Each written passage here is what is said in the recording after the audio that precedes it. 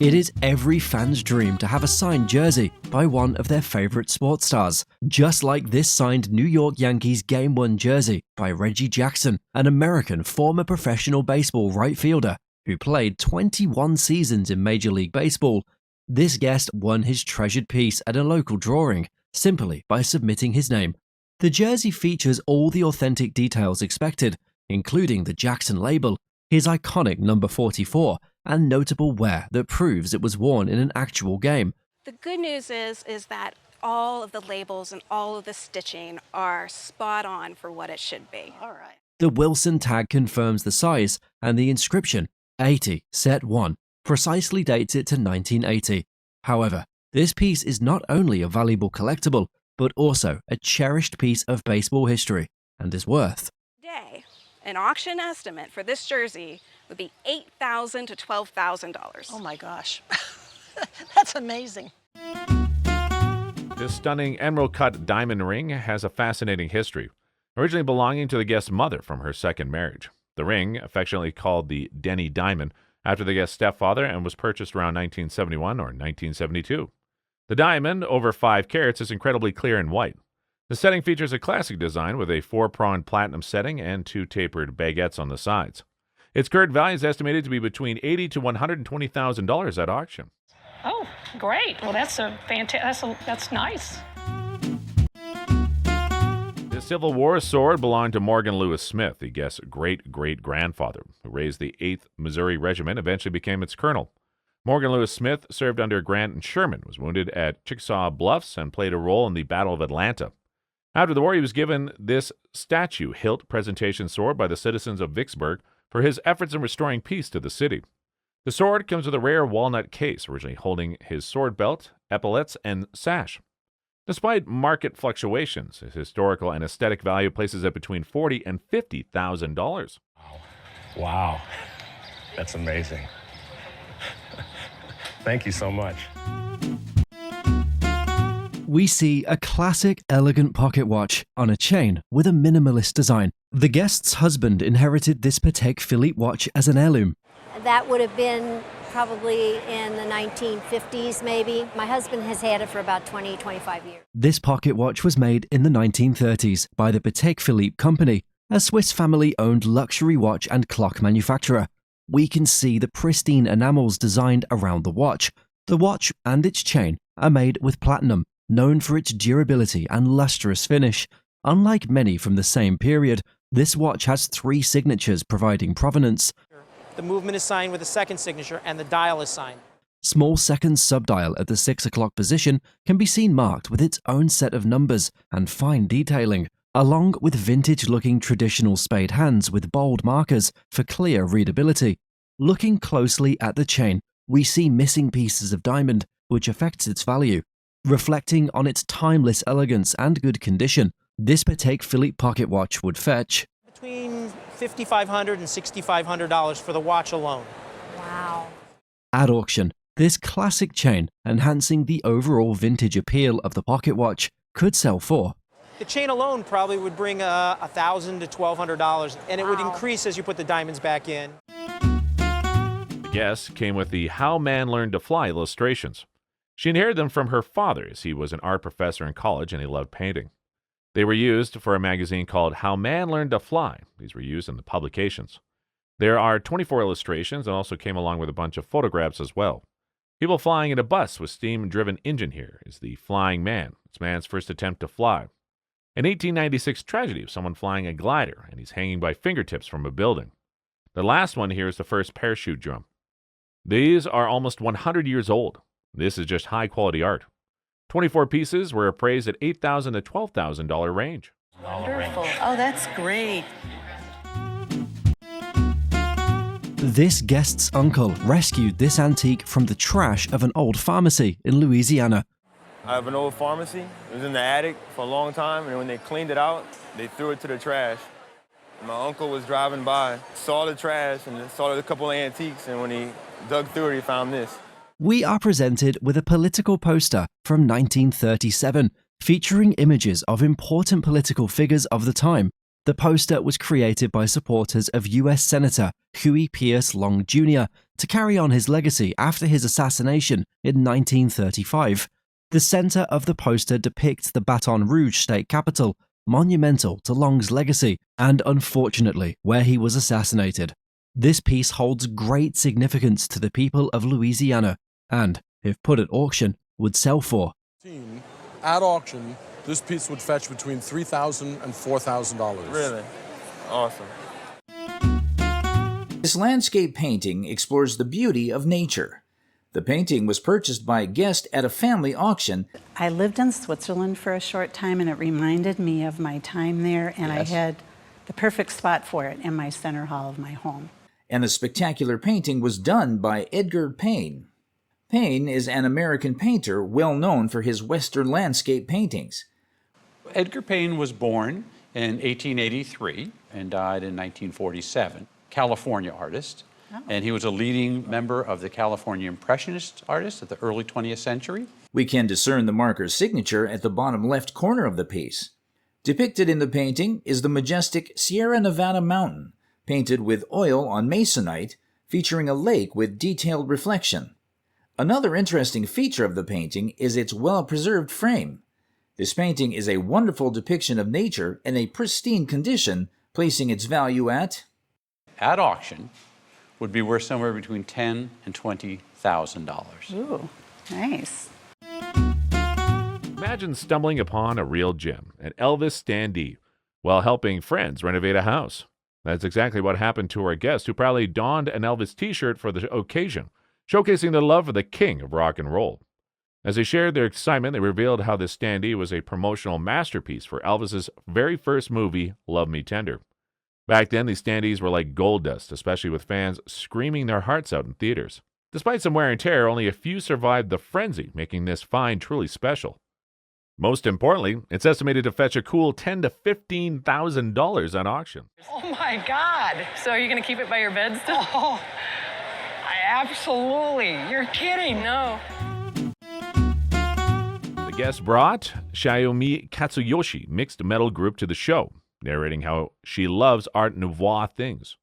I love Art Nouveau things. I collect Art Nouveau jewelry, so I love the three-dimensional aspects of it. It has insects on it because I collect bug jewelry. She purchased them at an antique flea market in Dallas.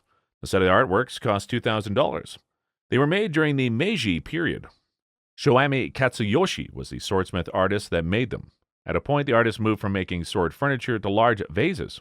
The set of artworks was made of copper, gold, and silver. You have copper, you have shakudo, which is a combination of gold and copper, a little bit of shibuichi, which is silver and copper, and also some pure gold here. One of the metal has signature that reads, Shomi Katsu Yoshi, with a kakehan. Another one has an inscription which reads, Dai Nihon, meaning made in the Great Japan. The appraiser valued the set of pieces to range between $20,000 and $30,000. Oh my. At auction. And I had to really prod my husband to buy it. This guest inherited this painting from her attorney father, who had received it as a gift from a dying client. But this is no ordinary plaque painting, as it was painted by Robert Julian Onderdonk, a Texan impressionist painter, often called the father of Texas painting. Painted as a part of a group of plaque paintings at Buffalo and St. Louis in the 1880s, equally intrigued by the painting, the guest's brother had it appraised. 2007, my brothers had an appraiser come in, and she priced it at $7,500. But according to this appraiser, the painting would likely fetch a tidy profit of $12,000 to $15,000 today. The next item is a pin made by Roy Lichtenstein. The owner's collector aunt gifted it to her in 1970. In Los Angeles, I wear it on occasion, but most of the time it's in a case on my nightstand so I can see it every day. The owner's aunt purchased it in New York. The creator, Roy Lichtenstein, was a renowned pop artist. It's a fantastic piece. It's an abstract modern head with Benedy dots, a printing process Lichtenstein often used. The back has his name and a copyright from 1968. What would be its value? It would have an auction estimate of $4,000 to $6,000. Wow. That's pretty amazing. This guest inherited this baseball from her mother.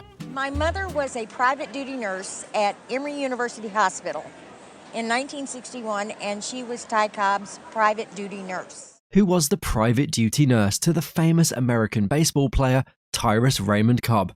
Cobb, a legendary player, spent most of his 22-season career with the Detroit Tigers, where he achieved numerous records and accolades that remain unmatched today. During the last month of his life, he signed this baseball for the guest's mother. The ball bears Cobb's distinctive green signature, a predominant feature of his autographs. The writing is in green. Normally it's in blue or black ink, occasionally red, but Ty Cobb's sign predominantly in green. Unusually, the ball was signed twice by the icon and dated July 9th, 1961. Preserved and presented in excellent condition, this signed baseball is valued at I would place an auction estimate of $15,000 to $20,000. Oh my. I thought, no way. The guest's friend gave him this carved surfboard as a gift. The friend, a female surfer, acquired it herself in mid-20th century California. We can see the surfboard has beautiful carvings, including engravings like the name of the carver, Ben Roos, BR, an early 20th century surfer. Historically, surfing was introduced to Southern California by George Freeth, an American lifeguard, surfer, and swimmer, renowned for popularizing surfing in Southern California. Before this surfboard was made, few women participated in water sports, especially surfing, that we can document belong to a female surfer, making this piece very unique and one of the first of its kind. At auction, this well-preserved surfboard, representing a bygone era of surfing history, would fetch. I'd put a value on this at auction of $3,000 to $5,000. Oh, that's great. Guest came with Southern Plains Group circa 1880. He got it from his grandmother. It contains a Ute water jug along with a coin silver bracelet, a small beaded purse that she got for a 5th birthday present. This is my grandmother. The water bottle may not be Ute, although it could be. It's a domestic object. The bottom is suffused with sap, perhaps pine sap or pine resin. That would make it waterproof. The little pouch is a different tribe. The little design in the middle represents a peyote button. The bracelet is Navajo. The bracelet in many respects reflects many cultures. They were appraised a year ago. Basket for $600, $300 for the purse. The Apache water container was appraised for $400 and $500. Ceremony peyote pouch may be $450 to $500. The bracelet appraised for $4,500. The guest brought a collection of historical documents relating to Louis Armstrong's life in music. She inherited from her father-in-law, who was a policeman. She narrated how he came down to her family. Husband's father was a sheriff in Seattle and a policeman, and he worked at the Trianon as a bouncer. Louis Armstrong was a revolutionary musician who changed the world of jazz and popular music forever. The Louis Armstrong archives are a treasure trove of information about life and music. What made these archives and podcasts special were the signatures on them. He wrote to his wife, appreciating her for taking care of him. The appraiser valued archives and the postcards to be $20,000. This is more than just a Queen Anne chest of drawers for this guest who inherited it from her great-grandmother. Named so after Queen Anne, the monarch who ruled Great Britain. This style is characterized by curved lines, and it became all the rage in 18th century colonial America. The figured tiger maplewood and detail-oriented craftsmanship set this piece apart. But it's the carved cutting which flows into brush feet that indicates the touch of an expert craftsman. So how much would such perfection cost on the market? Put a conservative estimate of $15,000 to $30,000 on it. So not bad. Not bad. I thought it was cherry. I learned a lot. Tiger maple. I learned a ton. This guest inherited a collection of paintings from her parents by an artist none other than Lionel Feininger. Feininger was an American-German artist, a member of the German Expressionist movement, whose art pieces are highly coveted. Starting with a poignant letter, he wrote them. He gifted her parents a charming painting at her birth. The second painting was gifted to the guest's grandparents, who left it to her along with a third artistic wonder. And what would these beauties be sold for at auction today? $15,000 to $25,000 for the first two is a tidy sum, but the third. It's hand-colored. It's going to be around about $5,000 to $8,000. But what is the value of this treasure altogether? And so all in all, it's going to be $40,000 to $60,000. Wow, that's fabulous. Thank you very much. This American silver picture frame, purchased at an estate sale in Portland, is a rare piece made by Tiffany and Company. Renowned for its quality and artistic expression, featuring an Art Nouveau design, the frame is unique and likely not part of a commercial production due to its size, weight, and robustness. The Art Nouveau influence is evident in the strapwork along the borders, showcasing Tiffany's attention to detail and craftsmanship. Back of the frame reveals further meticulous detailing, a hallmark of Tiffany's high-quality items. The signature on the bottom helps date the frame to be between 1892 and 1904, adding to its historical value. At auction, this Tiffany and Company silver picture frame could fetch between $3,000 to $5,000, reflecting its rarity, craftsmanship, and historical significance. Oh my goodness. I'm very happy to hear that. The owner's fifth great-grandfather crafted this piece for his daughter's Lucy's wedding in 1752. Originating from Massachusetts, this piece boasts a rich history. Its design, simplicity, and symmetry are remarkable. Even after so many years, it's still in good condition. This label tells its connections with the Appleton family in Massachusetts. John Appleton is mentioned as joiner. He's not well known, but he's an ancestor of owner. It's in good shape, have great family history, but there's not much demand of it. What would be its value? I think in the current market, I would put an auction estimate of $5,000 to $7,000 on it. Okay. Thomas acquired the little chair from an estate sale in Chicago 15 years ago, and later was offered the bigger chair. Both chairs are from the 1950s, boast Baja's era, characterized by tubular aluminum and canvas construction, reflecting a minimalist design aesthetic. The appraiser admires the construction design of both chairs, noting their quality and historical significance. Thomas paid $10 for the little chair and $20 for the big one, making it a $30 investment in total. Despite not knowing the exact value, Thomas is surprised to learn that the chairs could be worth around $2,000 in their current state, highlighting the potential return on his investment. Oh, no kidding. Really? Awesome. It's not your everyday usual plate. The guests bought it online 5 years ago for just $95. They were drawn to its charming depiction of ravens, even though they couldn't decipher the signature to identify the artist. Upon examination, they discovered it was crafted by the renowned artist Anton Lang, known for his worldwide travels and theatrical performances. Unlike Lang's typical style, this plate features an intricate design around the edges, showcasing Lang's versatility and skill. The expert appraisal highlighted its rarity and aesthetic appeal, suggesting a potential auction value of around $1,000, reflecting its quality, craftsmanship, and artistic significance. Seen Lang's work sell for several $100s from time to time. I think at auction, it would probably bring somewhere around $1,000. Oh, wow. Saved from being mere trash or cannon fodder by this guest, this 1960s baseball has a story surrounding it. This is what people played baseball with 150 years ago. Isn't that wild? It is. Called a lemon peel baseball because of the way it was stitched up, it's made of leather, which over time has shrunk and is characteristic of leather materials. The fact that the ball has shrunk suggests it would have been bigger during the time it was used. A very twined ball. There's a probability that wool was used in making it. It's actually quite wonderful that the ball is still in top condition, considering how old it is. This is a very heavy twine and probably got some wool in there. This is in very decent condition considering how old it is. It's very supple still. The uniqueness of this ball is that they hardly come up often at auctions, which solidifies its rarity and makes it valued at probably about $1,000 to $1,500. Wow, really? That much? Mouseman oak carvings, timeless and grand, crafted with care by a master's hand. At a recent Yorkshire Roadshow, our participants showed special items inherited from their grandmother, Florrie Harrison. She had received them in 1933. These pieces were crafted by George Wheatman, a friend of the participant's father and an apprentice of Robert Thompson. Thompson was known as the Mouseman for his mouse signature on furniture. The items included a horseshoe ashtray and detailed carved owls. The owls, unlike the typical Mouseman style, were lifelike and intricate. Wheatman was remembered as a kind man. The price of the ashtray delighted the owner. It highlighted the exceptional craftsmanship of the items. It also emphasized their personal history while examining the condition of the items. The appraiser said, if you were to buy it at auction now, would be around £250. And these unsigned pieces, they're really one-offs. £4,000. Oh, that's nice. Here is a Tiffany & Co. pocket watch presented by this guest.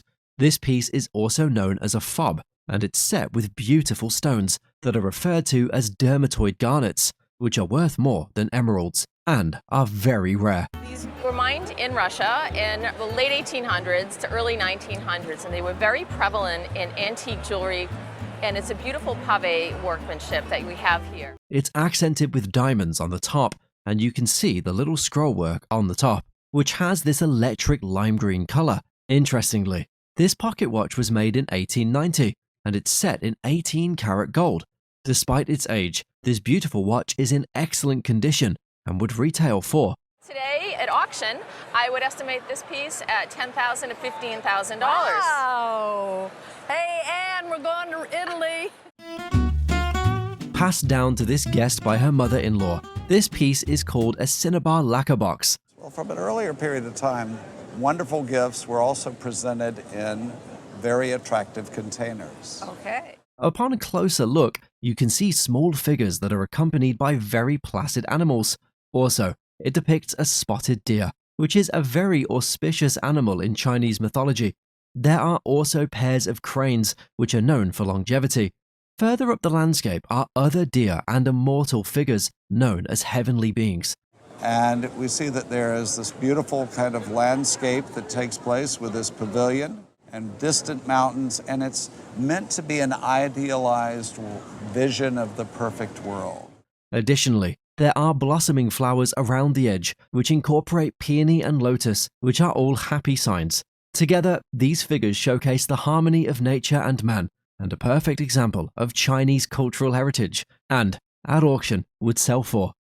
I think conservative estimate would be in the range of $40,000 to $60,000 at auction. 40,000? Oh. Bent Knapp's bronze was brought by a guest to the show. He inherited it from his father. It was originally purchased by his grandfather between 1920 and 1970. Evgeny Knapp's bronze was a renowned Russian sculptor who worked in the late 19th and early 20th centuries. It was cast in St. Petersburg, Russia, at the Werfel Foundry. It's believed to have been cast circa 1882. It is one of the earliest known castings and has reproduced over probably 10 years. He was known for his bronze sculptures, which often depicted realistic human figures in dynamic poses. It captured a sense of movement and emotion. It is titled The Bear Attack, and sometimes referred to as Defending Her Child. It was first appraised for $5,000 in 1980. The appraiser valued the bronze to range between $20,000 and $30,000. Wow. Unfortunately, I'll never see it. This is never leaving the house. Guest presented a unique piece of jewelry belonging to her mother. Well, that is my mother, and that for a long time was in Ireland, in my brother's house, and I had this here. Accompanied by a portrait of her mother wearing the same pendant, painted by Doris Clare Zinkeisen. The pendant is made from rock crystal, with symbols representing elements of the Passion of Christ. There are many attributes of the Passion here. Here are the 3 nails of the wounds of Christ. There were, of course, 4 wounds to the feet and the hands. Engraved from behind using intaglio techniques. The crystal is set in gold with a distinctive pie crust setting, indicating the pendant may have been a talisman. Presented in good condition, this unique jewel and the painting are estimated to sell at auction for £20,000 worth of magic you've brought me today. Oh, my goodness! Apparently, being an impoverished English major and walking a rich woman's dogs can get you a handwritten poem by Oscar Wilde. For those of us who are literal novices, Oscar Wilde was an important Irish poet and playwright of the late 19th century. Christian Goss, father-in-law of the lady who had gifted it to the guest, had received the manuscript from Wilde in the 1890s. The manuscript is a very famous poem by Wilde called The New Remorse, which he wrote in 1891 for his lover, Lord Alfred Douglas. Interestingly, he'd taken the poems he had written for his lover and had renamed it Ideal Love, a sonnet. So how much would this piece of history be worth to the world today? The guest had it appraised some time ago and had been valued at $5,000 to $6,000. But what's the latest valuation? An auction estimate conservatively of $10,000 to $15,000 today. Great. This guest inherited this piece from her mother after her passing. My mom passed 8 years ago. I was helping my dad go through things in the house. I came across that and I asked my dad about it, and he said that was something that was my mom's. It's from her side of the family. This wallet is a typical example of early American needlework, accompanied by a couple of letters dating back to the 18th century. It was likely a man's purse, produced by a girl in school as an essential part of her education. The purse is made from wool, with all its colors derived from natural sources. While similar items are usually damaged by moths, this purse has been preserved in very good condition. Coupled with its glorious design, it would sell for. Well, I think probably it's worth in the area between $3,000 and $5,000. About a few years ago, while working on a house for an older gentleman, the guest received a painting by Henry H. Bagg as compensation for extra work. Bagg was an American painter born in Illinois in 1853 and moved to Lincoln around 1885, where he became known as Nebraska's first art teacher. As seen, this painting likely depicts a Nebraska scene, given the presence of a grass fire and sod houses, common features from a time when trees were scarce in the region. This painting was created around the turn of the century, and it is in excellent condition. However, given its specific subject matter, this painting at auction would fetch. I would judge this was probably painted sometime around the turn of the century. The painting itself is really in nice condition. I would put this in the $3,500 range if it were to come up to sale in the national marketplace. This violin embodies centuries of music history. It once belonged to the guest's great-grandmother, who was a musician. The violin was crafted in Mirecourt, France, around 1880 to 1890. It could have been made by any number of 3 or 4 or 5 commercial workshops. Additionally, the violin features a carved button on its back. At auction, this finely carved vintage violin would command a retail value of $3,500, perhaps $4,500. Accompanying the violin is an original bow made from beeswood. Notably, the bow is adorned with a silver ferrule and silver bands on the adjuster. The bow was produced by a company owned by J.B. Villaume. Villaume was a renowned French luthier, businessman, and inventor. We can anticipate this piece will achieve an auction value of between $3,000 and $5,000 as it sits, if I'm right about the maker, but I think I am. Well, alrighty. To an average Joe, this lighter is just like any other piece, but to an average smoker, this is a special item. I got this from my mother-in-law's estate, and it belonged to her mother. She was a smoker. Unlike the regular lighter, this exquisite Art Deco Dunhill lighter is crafted from sterling silver and features a lacquer center. The top of the lighter is adorned with carved coral, diamonds, platinum, and onyx, confirmed as genuine precious metals by jewelry experts. These elements firmly date the piece to the 1930s, characteristic of the Art Deco period. Dunhill, renowned for its smoking-related accessories, remains highly collectible, and this particular lighter would sell for Retail, right now, this lighter would sell for between $3,000 and $4,000. What? Yeah. Oh my gosh, I can't believe that. This Danish cabinet was crafted by the guest's great-great-grandfather in 1876 to celebrate the birth of the guest's great-grandmother. This wonderful piece features impressive dovetail construction and a signature which reads, "Designed and made by Hans Ronson Nielsen, 1876," indicating its creation in Copenhagen, Denmark. This detailed provenance adds considerable value to the piece. Also, the cabinet's small and compact size makes it particularly desirable, as it can fit into various spaces easily, and at auction is valued at. For auction purposes, we'd estimated it at $1,500 to $2,500. Our focus is on a rare and incredible poster from a show hosted by Gordon William Lilly, the American showman known as Pawnee Bill. He specialized in Wild West shows and famously collaborated with William Buffalo Bill Cody. This poster is a 70 feet long and 10 feet high piece and has been preserved meticulously over the years. Originally printed on paper, these images were affixed to barns, hence dubbed Barnside. Originally printed on paper, they were pasted up on the sides of barns. To the best of my knowledge, this is the only copy of this poster to exist. The sheer size of the art left the appraiser with nothing but words of praise for this piece. What value could be attributed to this priceless and somewhat timeless piece of art? This jewelry set is a family heirloom passed down for generations. This jewelry, the pins and the hairpins, came from my mother, and she received them from my grandfather, her father-in-law, when I was born. With a photograph of the guest's grandmother wearing the jewelry. Originating from Malaysia, it is crafted in high-carat gold, specifically 22-carat fine gold, and adorned with rose-cut diamonds. The hairpins also feature ornamentation and are made of 22-carat gold.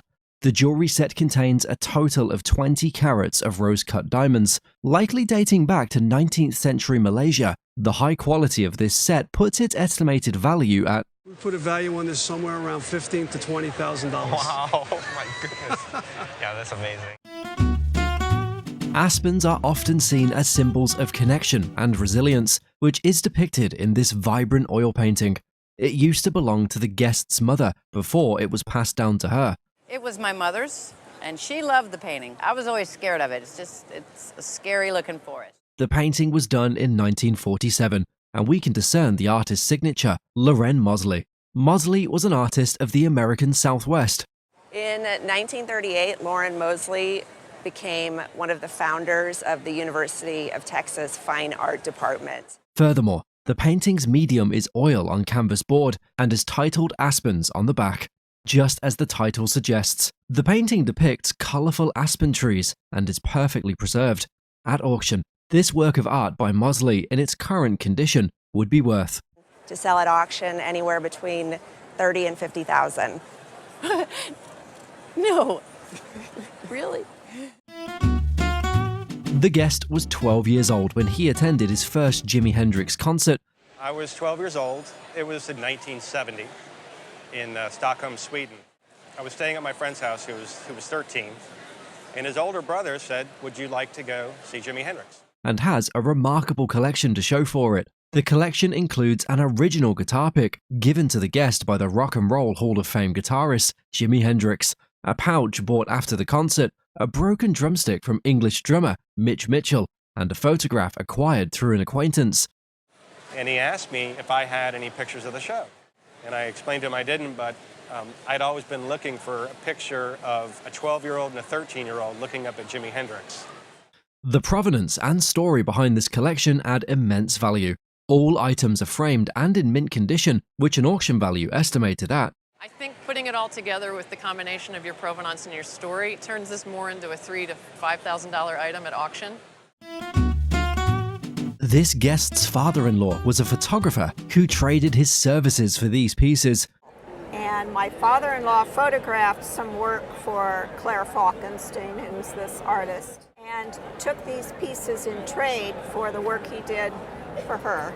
This jewelry set is from the American sculptor and jewelry designer Claire Falkenstein. She was one of the most experimental and productive artists of the 20th century, renowned for her often large-scale abstract public sculptures. Unusual for the artist, we are presented with jewelry made from non-precious metals that showcase her modernist essence.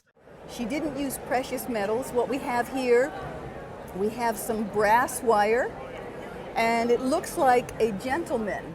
Both pieces date back to 1960, during the prime of her work. Simple, yet sophisticated. These pieces hold great value in their representation and would sell for Fairly nice auction value. He said between $3,000 and $5,000 for the two pieces. Oh my goodness. This guest acquired this piece from his uncle. When you get ready to leave, my uncle comes out with this belt and says it's Elvis's belt that Elvis gave to him at the Hilton Hotel years ago. Who was a bartender at the Las Vegas Hilton Hotel. This beautiful belt piece belonged to the American singer and actor Elvis Aaron Presley, popularly known as the King of Rock and Roll. He is regarded as one of the most significant cultural figures of the 20th century and lived at the Hilton Hotel for 8 years. During this time, he presented this costume piece to the guest's uncle. The belt is made of bullion wire thread set with rhinestones and features fringes. Preserved excellently with very good provenance, this piece will sell at auction for I'm going to say at auction it would be $3,000 to $4,000. That's nothing wrong with that. Nothing wrong.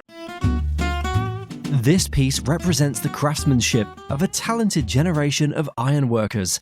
It was built by the guest's great-great-grandfather. This was built by my great-great-grandfather for the Columbian Exposition in 1893. Who won third prize at the Columbian Exposition of 1893. The ironwork itself shows his brilliance and skill, accompanied by the medal he proudly wore during the event. An expert ironworker, originally from Germany, immigrated and gained acclaim for creating the Statue of Liberty's stairwell. This piece stands as a testament to his legacy. At what value will it be auctioned? Easier to learn than any other string instrument, this ukulele is a cherished piece for any beginner guitarist. It is a Martin Style 2 from the mid to late 1920s, made by the renowned Martin Company. This piece was their second highest model that was made of mahogany. It has celluloid binding around the edges, which is the same as the buttons of the tuners. This ukulele is quite exceptional, and despite the years of use, it's still in good condition. Given the reputation of its maker and its historical significance, it would auction for probably has a retail value in a specialty shop of around $1,500. Oh my gosh, really?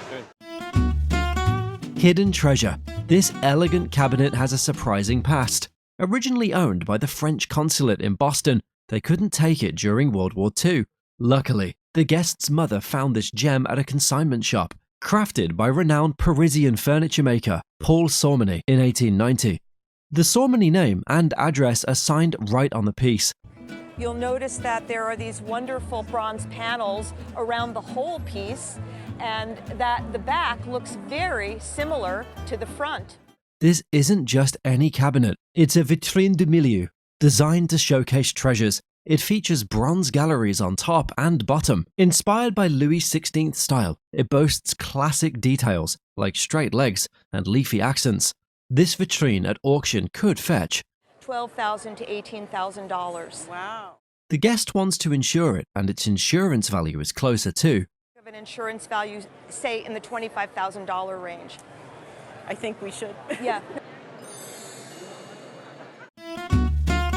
Presented before us today is a collection of items acquired by the guest's great-grandfather during a diplomatic delegation to China. One of the featured items is a book, which serves as a catalog of the exhibition. Go into this large hall. There were cases full of life-size figures, full of all types of artwork, and this catalog explains what's in the cases. Next, we have a robe with a dragon design in the center, crafted from silk. Although there is slight damage near the neck region, some of its threads are wrapped in gilded metal. We also have a porcelain vase adorned with enamel decorations. This collection holds significant historical value in the context of Chinese history, and it is valued at In the $20,000 to $30,000 range. Oh, that's great. Fantastic. On exhibit today is a vintage military pass. Our guest found this piece nestled in the backing of an old frame. Paul Revere, an infamous American patriot, was issued this military pass, authenticated by the illustrious Dr. Joseph Warren, who led the Massachusetts Provincial Congress during the American Revolution. This reads that it was done in Cambridge on the 29th of January, 1775, and it's a pass, and it was given to Paul Revere to get him through the military lines when he was carrying messages. This document shows signs of wear, with significant staining and wear along the edges. Upon closer inspection with a magnifying glass, it becomes apparent that the writing and stains on this piece were not authentic, but rather printed on the document. This discovery has greatly reduced its value, giving it an auction worth of Probably worth $20 or something like that.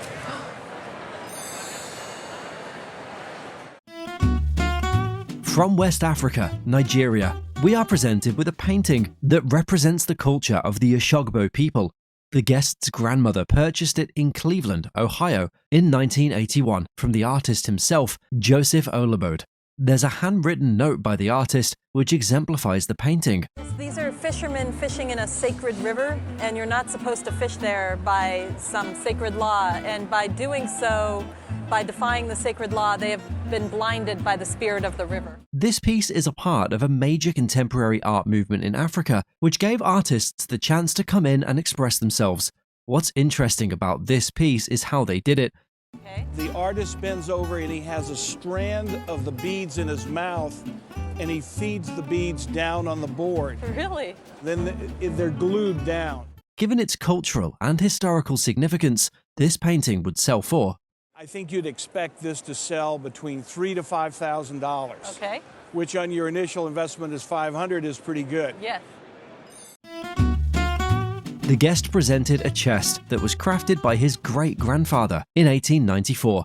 This piece is a tool chest and a cherished family heirloom, which he kept all his tools in for safekeeping.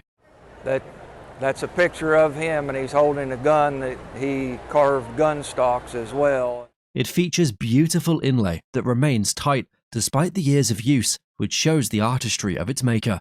You also see an embellishment here, which is God's fellow emblem, and it's fraternal, so he was a member of that society. Also, on the chest is an engraving of the maker and a drawer which holds hand tools and have the maker's signature on it. All these features add to its provenance and at auction would fetch. And I would insure this in the neighborhood of $3,000 as a family piece. The memories of adventure on the high sea come alive with this captivating clipper ship diorama. This clipper ship diorama has a rich history to it. And somewhere along the journey, it was lost at sea.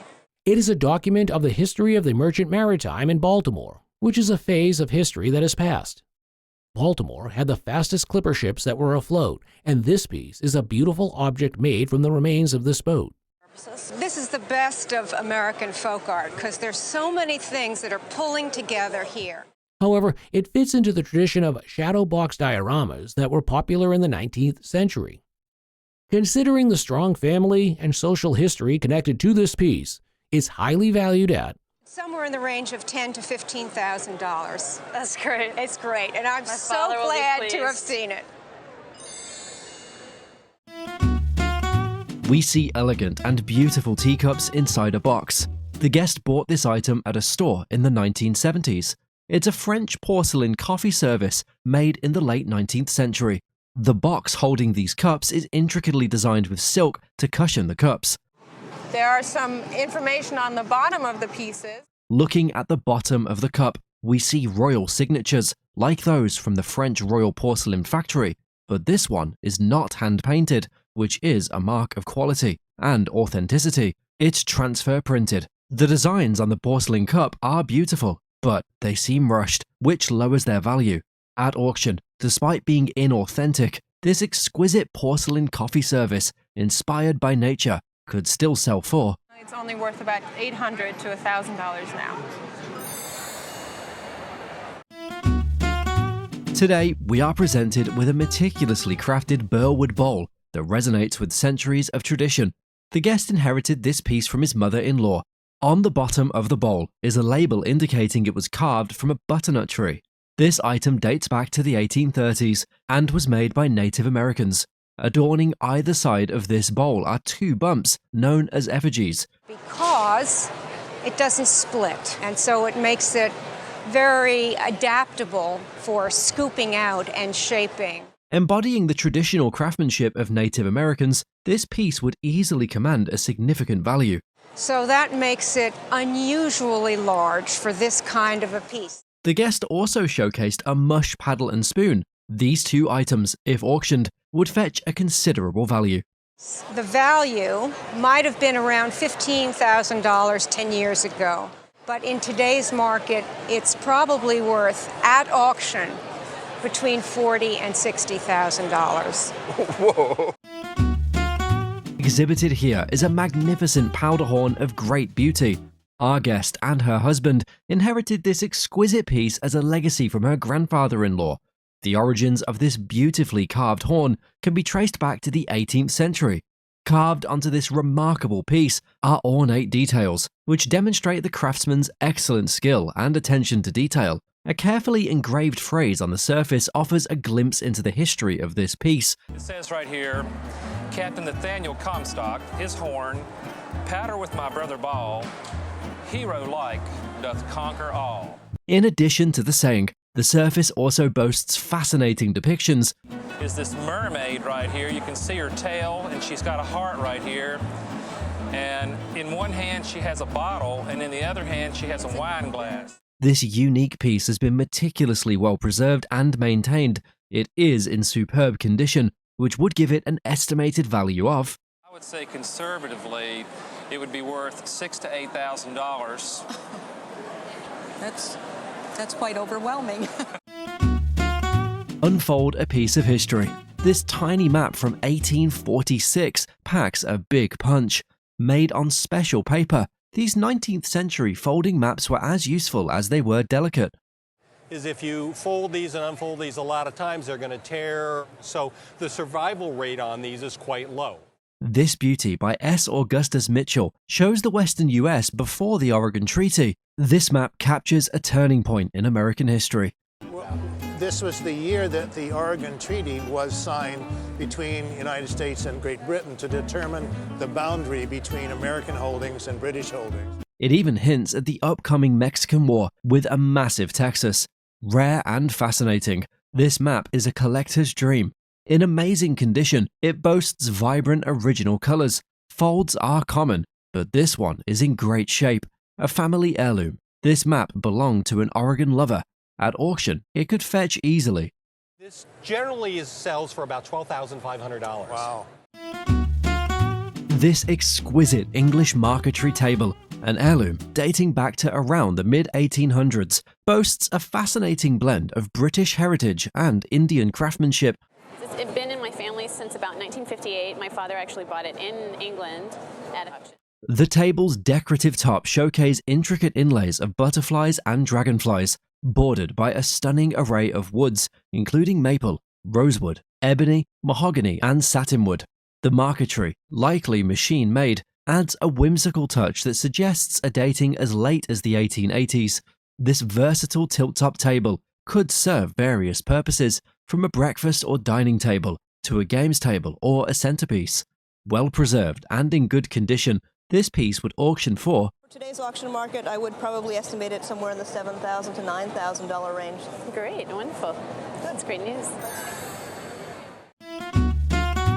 Brought in originally by these guests in its original box, this toy is a Japanese pre-World War II work. Although Japanese pre-war toys are usually known for their thinness, the pre-war toys tended to be all tin and a little more naive in quality. What raises their quality are the marvelous lithographs done on them. And, in the example of this piece, the automotive motif on its side also adds considerable value to it. Another outstanding quality of this toy is its original box that came with it, which oftentimes triples the value of the toy. There's a little action set on the toy too, with a rotating amusement park ride that increases the collectability of this toy. That's another factor in adding the value of this toy, because people collect amusement park rides. At auction today, this wonderfully made pre-war Japanese toy, with its original box adding to its value, would be worth. Could probably bring as much as $2,000, maybe a little more. It's an absolutely wonderful find you have here. He spotted LCT on the item at a thrift store and bought it for 99 cents. It is Tiffany pottery, with the LCT mark for Louis Comfort Tiffany, partially covered by glaze. The bottom also reads LC Tiffany Favril, along with a number, making it a beautiful little piece. Favril, from Old English, fabrile, underscores the handmade quality of these pieces. Favril glass achieves unique iridescence by blending metallic oxides into molten glass. This vase embodies Art Nouveau with flowing lines, organic shapes, and iridescent colors. Tiffany's vases from this period are now rare treasures for collectors and museums. A shimmering gem of artistic history, the appraiser valued the item is $5,000 to $7,000. Really? Really. Thank you. Today, we present a remarkable artifact. This incredible piece is a jigsaw pinball machine from the World's Fair exhibition. It was given to our guest as a Christmas present when he was just a child. Interestingly, the reward for playing the game is a stunning image that emerges. The image shows a beautiful bird's-eye view of the Chicago World's Fairgrounds. Removing a special slide causes the image to vanish, and you must play a game to reassemble the image in a random order. This exceptional piece is in superb condition, with an estimated auction value of Approximately $800 to $1,200 on today's market. Wow.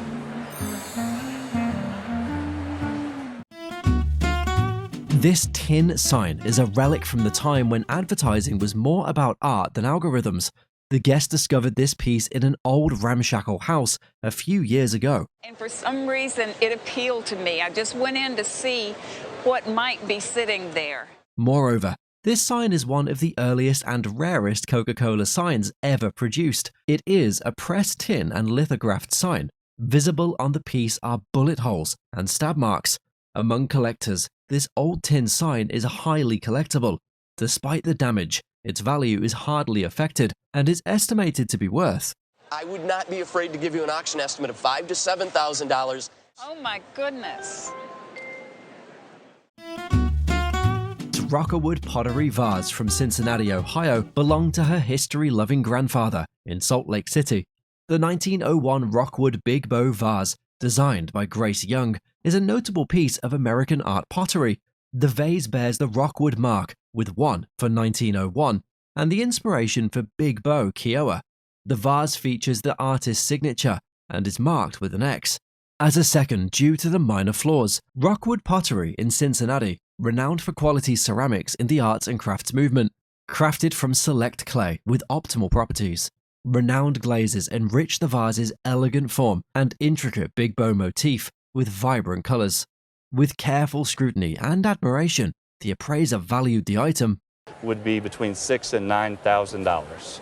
Oh, my goodness. $6,000 to $9,000. Oh. We see a wooden head cover with engravings. The guests are mother and daughter. The mother inherited this item from her father. He went every Sunday, as long as I can remember, and went to the flea market every morning. This is an Eskimo hunting helmet used by the Inuit people around the Aleutian Islands for hunting expeditions. We can see animal engravings on the helmet, which have spiritual meanings for them. They believe these engravings protected them from the sea mammals they hunted. These were very magical objects to the Eskimo people. They were used when they were hunting out in the ocean, the Arctic Ocean. The helmet is made from organic materials like wood and bone ivory. Although there are a few noticeable condition problems on the helmet, it is very rare, with only a few of its type available. There are in fact less than 25 of these known to exist in the world today. At auction, this remarkable helmet, which showcases the craftsmanship of indigenous people, would fetch. I would anticipate the retail value is in the neighborhood of $65,000 to $75,000. From the great thinking of innovation came the invention of the shopping cart. The cart was invented by an American businessman named Sylvan Goldman to ease stress for shoppers so they wouldn't have to make multiple trips for items. There's a label on the front of this cart, and on the label is written the name of the company that produced it. The name of the company is Folding Co., based in Oklahoma, the city Goldman is from. This item is not very valuable, and as such would just be worth. It's not a real valuable piece. It's probably worth a few $100s. After spending like 30 years in the grocery business, it's kind of unique to have one. For over half a century, this unique piece of Victorian Wedgwood Maholika, crafted in 1862, has been a treasured family heirloom. This piece is an exquisite example of Wedgwood's artistry during the Victorian era. Unlike typical pastries, this dish is complete with intricate details and mimics the appearance of what looks like delicate pastry crusts. During the 19th century, Wedgwood and other Victorian potters embraced the creation of such whimsical dishes, blending the charm of traditional game pie with the allure of Maholika pottery. While the Victorians often preferred the look of pastries, they indigenously designed these dishes to capture that aesthetic without actual pastries. Nevertheless, how much do you think this Victorian Wedgwood Maholika would auction for? This very young guest brought in 2 books given to her by her aunt. The books are quite special, as they're first edition prequel and sequel of the book Little Woman, written by Louisa May Alcott. Louisa May Alcott was an American novelist, short story writer, and poet. The prequel was first published in Boston in 1868. And it was so popular and sold so many copies that she wrote a sequel, Part the Second. While the first edition sequel was produced in 1869, there's also a frontispiece set in the book to prevent the print from offsetting the title page. Both books are in their original cloth binding used when they were published. There's some wear to the book, but many copies that I've seen have got handling wear, fading of the purple on the spine and covers. At auction today, the first edition prequel and sequel, both of which are prized works of literature, would be worth, I would put at $3,000 to $5,000. And thank you very much for coming in. Can quite literally be said that today's guests brought the music to the party with this piece. This piece is a Regina Corona automatic disc changer, which is a frontrunner to later jukeboxes and modern-day CD changers. The disc changer was manufactured by the Regina Music Company in New Jersey, circa 1905. Still consisting of its original Regina Corona glass front and finish, this disc changer has truly withstood the test of time. There's a lever at the back of the disc changer that's used to run the tune sheet. And the bottom one is what elevates the changer, which is what's so innovative. This particular disc changer is a Style 34 that has a coin mechanism, as opposed to the Style 33, which has a home model version, still bearing all its original components and finish, and based on the fact that it's a great model. In today's market, this would be worth, I think on today's market, I think a collector would be very happy to pay you about $15,000 for it. Well, thank you. We see a glass vase with a colourful swirling wave-like pattern. The guests brought this beautiful piece at an auction. It's a Lötz Titania glass made in the early 20th century by Johann Lötz Wittwer, a famous Bohemian glass art company. The vase is made of glass adorned with fluid organic form, with a rich iridescent finish from mint green feathering to cranberry silver colour. Despite its age, the vase is still in excellent condition, making this Titiana vase, with its great craftsmanship and innovative design, worth. Happy to know that it's worth about $3,000 to $4,000 on today's market. Yes, I would. You have a very, very lovely piece. She was collecting small cabinets in the Maryland area, but would have never thought of finding this huge display cabinet in California. This amazing piece of furniture is from circa 1880 and was very common in general stores. It was made by the Belding Bros & Co. as a show-off in the style of Charles Eastlake. The beautiful mahogany and the Eastlake peculiar style add tremendous value to this piece, but the owner has no idea how much it's worth. I will tell you that I paid about $2,000 for it, but I don't know what the value is. It underwent a bit of restoration dating from the 20th century, which affects its value a little bit. But is the appraisal worth the finding? I would expect maybe $4,000 for it. Okay, thank you. The guests came with the two drawings from artist Leonardo Sugera Pajita. He got these two drawings from his father-in-law. When he was in Mexico City staying in the St. Regis Hotel, artist Fujita was staying in the same hotel. Sugera Pajita was born in Japan, educated in Tokyo, and like some of his counterparts, he was financially successful early on. He was also known for his flamboyant costumes and his kind of wild behavior. So two different drawings are here. This is a small drawing of one of his favorite models, Madeline, and a larger depiction of a young Mexican boy holding his hat. At auction, drawings are appraised for $10,000 to $15,000 each. Oh, that's kind of nice. Well, more than $5. Better than $5. Yeah.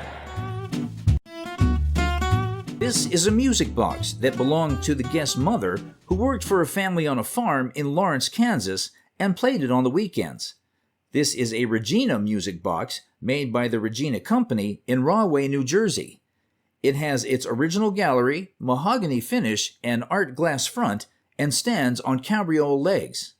This Model 35 is for home or parlor use, playing 15.5-inch discs, similar to a jukebox. We can see that the Regina Company of Rahway, New Jersey, manufactured it. It retains its serial number. Serial number allows tracking of its purchase and manufacturing details. It dates from around 1898 to 1910. It's hand-cranked with this handle and plays when the swivel guard starts the mechanism. This serial number, people have the records of this, so they can actually determine who bought it, when it was sold, and when it was manufactured. Excellent condition makes it special. Estimated auction value is? Auction estimate, I would estimate it at $15,000 to $20,000. The The art of movement, frozen in time, is exhibited today in this ballet memorabilia. This collection of items is associated with Margo Fontaine. Margo Fontaine was an English ballerina.